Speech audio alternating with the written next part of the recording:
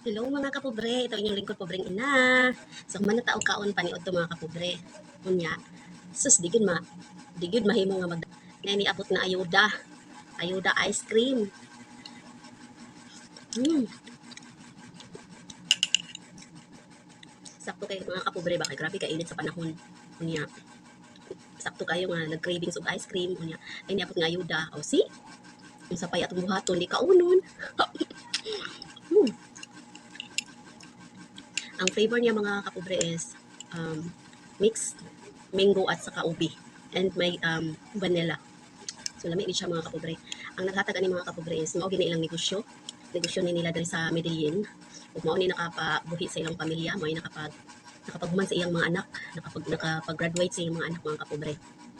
So dili na to imamaliit ang mga nagnegosyo ginani mga kapobre kay nakapahuman gid sila sa ilang pamilya o ka-eskwela. Shout out to Ate Connie. Thank you sa imong ice cream tea. Nakakaon ko. Lamig di kani ang ice cream mga kapobre. Para sa mga Medellyanon nga gusto mag-order og ice cream. Actually, daghan na kayo na sila suki mga kapobre. Mga birthday, makasal, bisag unsang occasion mo dawat sila og order mga kapobre. So kung gusto mo order, pwede ra mo message diri sa ako kamo mga Medellanons kay nara gid pwede ra jud ko makakontak ani nila ni Ate Connie.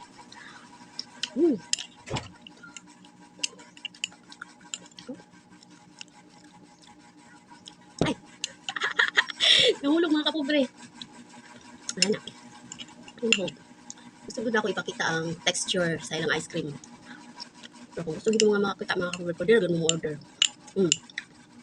Lamig siya mga kapobre. Promise. Dahil lang flavor.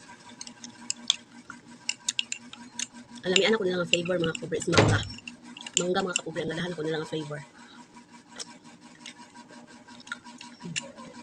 Imagine sa kabaso, patunga na lang. Hangol gid mga kapobre. Hinumdum ko sa una nga, nangaligo mig dagat sa akong anak. Kaming whole family. Nya doon naman sa dagat ang ilahang balay. So napadagan ko sa akong anak dito og tagsami ka kanang tube. Sus, grabe yung basuga mga kapobre. Kanagikan ka naligo din kaon ni kag ice cream. Sus, kalami lagi mga kapobre. Narani sila sa Bye Bye Antipolo mga kapobre, Medellin. Daghang salamat sa inyong laging paglantaw sa akong video mga kapobre. Thank you so much. Bye-bye.